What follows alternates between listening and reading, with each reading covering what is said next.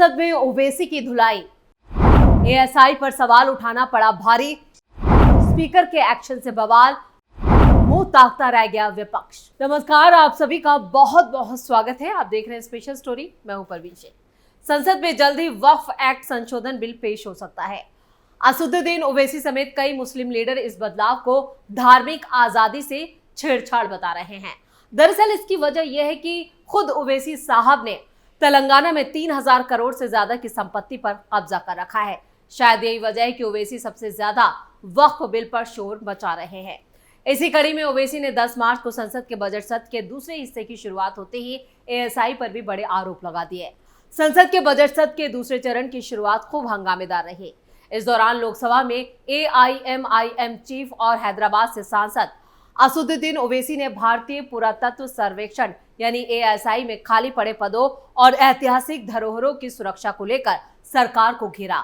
ओवैसी ने कहा, देश की ऐतिहासिक इमारतें बदहाल होती जा रही हैं, लेकिन सरकार इस पर ध्यान नहीं दे रही है। एएसआई अब हिंदुत्व विचारधारा की कठपुतली बन चुका है और अपनी जिम्मेदारियों को सही तरीके से नहीं निभा रहा।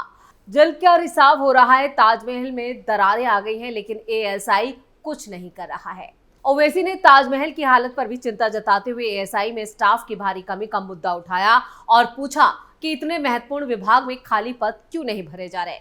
ओवैसी के इन आरोपों का पर्यटन मंत्री गजेंद्र सिंह शेखावत ने जवाब दिया।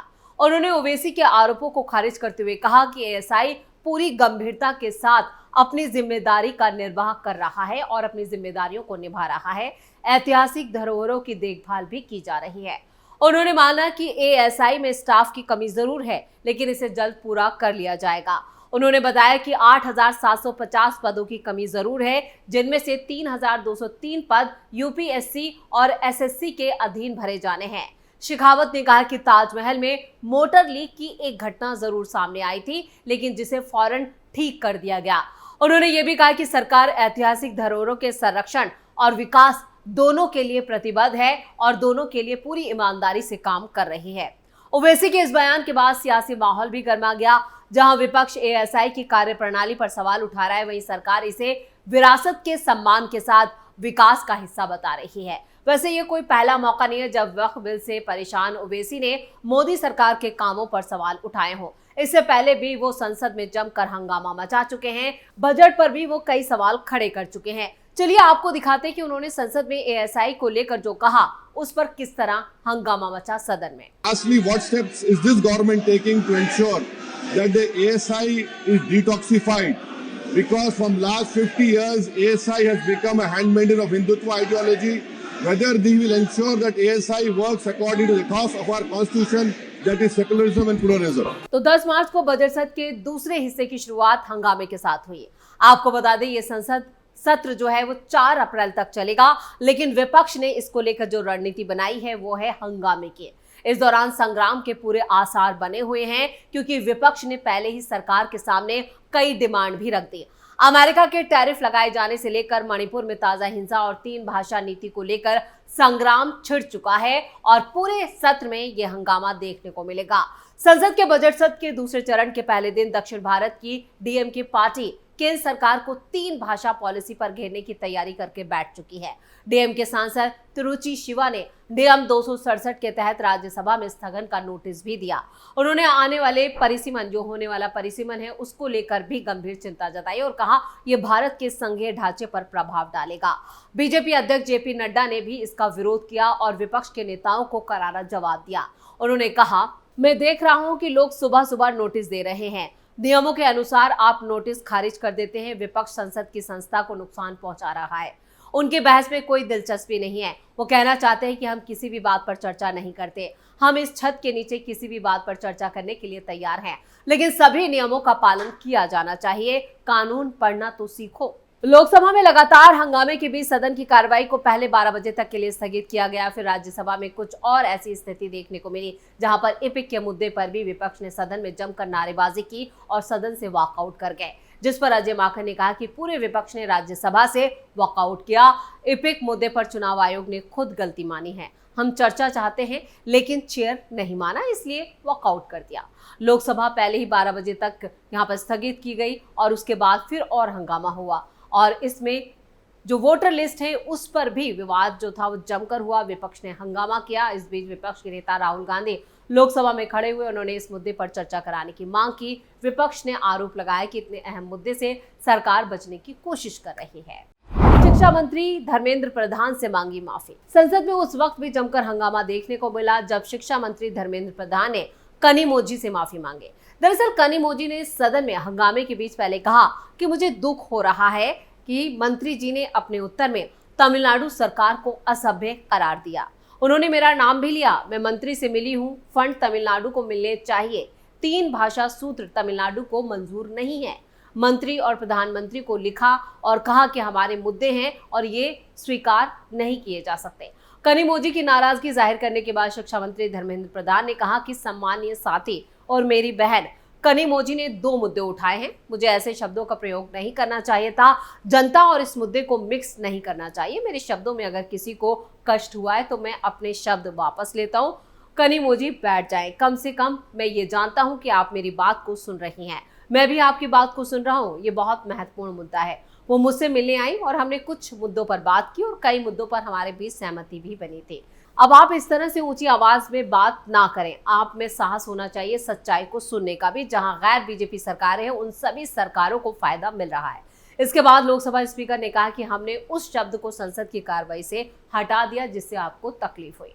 केंद्रीय मंत्री धर्मेंद्र प्रधान ने नई शिक्षा नीति और 3 भाषाओं के विवाद पर संसद में एक बड़ा बयान भी दिया। उन्होंने कहा जिनके पास कोई तथ्य नहीं है वो सिर्फ हल्ला करके विषय को भ्रमित करना चाहते हैं।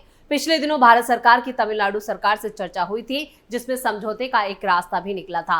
उसी रास्ते पर तमिलनाडु सरकार राजी हो जाए। हमें उन्हें पीएम श्री एलोकेशन देने में कोई आपत्ति नहीं है। हम उनसे बार बार अनुरोध करते आए हैं। वहीं जिस पर कनिमोझी ने धर्मेंद्र प्रधान पर झूठ बोलने का आरोप लगाते हुए कहा कि डीएमके सरकार ने नई जो नीति बनाई है उस पर हस्ताक्षर करने के लिए सहमति नहीं दी।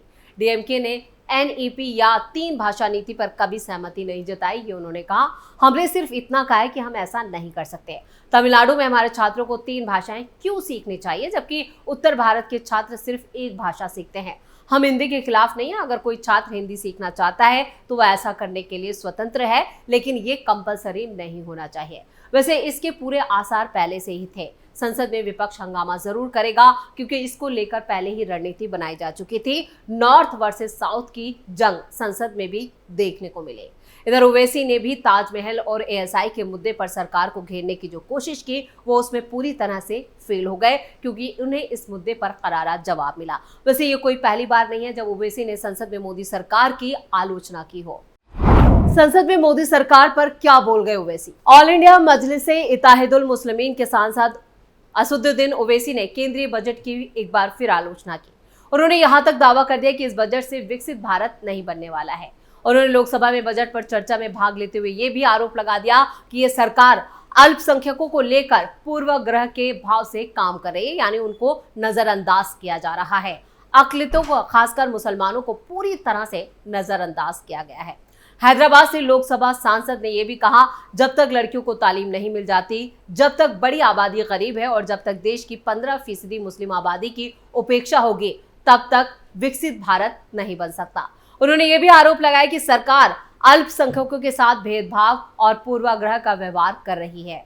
इसी के साथ उन्होंने मोदी सरकार पर बड़े आरोप लगाते हुए बजट की कई खामियां गिनाने की कोशिश की। कहा कि मैं इस बजट की मुखालफत में बोलने के लिए खड़ा हूं और पिछले 25 साल से मैं 15 साल बीजेपी और एनडीए सरकार में हूं और यही बुनियादी वजह है कि ग्रेजुएट बेरोजगार हैं, किसान खुदकुशी कर रहे हैं और एमएसएमई बंद हो रहे हैं। चीन से बगैर इंपोर्ट करे हमारे देश का निजाम नहीं चल सकता। ये सब जिम्मेदारी हुकूमत पर आयद होती है। प्रधानमंत्री कहते हैं कि मुल्क विकसित भारत की राह पर है। मैं कहना चाहता हूं ये उस वक्त तक मुमकिन नहीं जब तक इस मुल्क की 80 करोड़ अवाम फ्री राशन के बगैर जिंदा नहीं रह सकते। वैसे ओवैसी ने यह भी दावा किया था कि अल्पसंख्यकों से जुड़े केंद्रीय स्तर की योजनाओं में आवंटित बजट पूरा खर्च नहीं किया जा रहा है। ओवैसी ने आरोप लगाया कि सरकार ने अकलितों और खासकर मुसलमानों को पूरी तरह से नजरअंदाज किया। उन्होंने कहा कि सरकार वक्फ संपत्तियों को आमदनी का जरिया नहीं बनाना चाहती है बल्कि उन्हें खत्म करना चाहती है।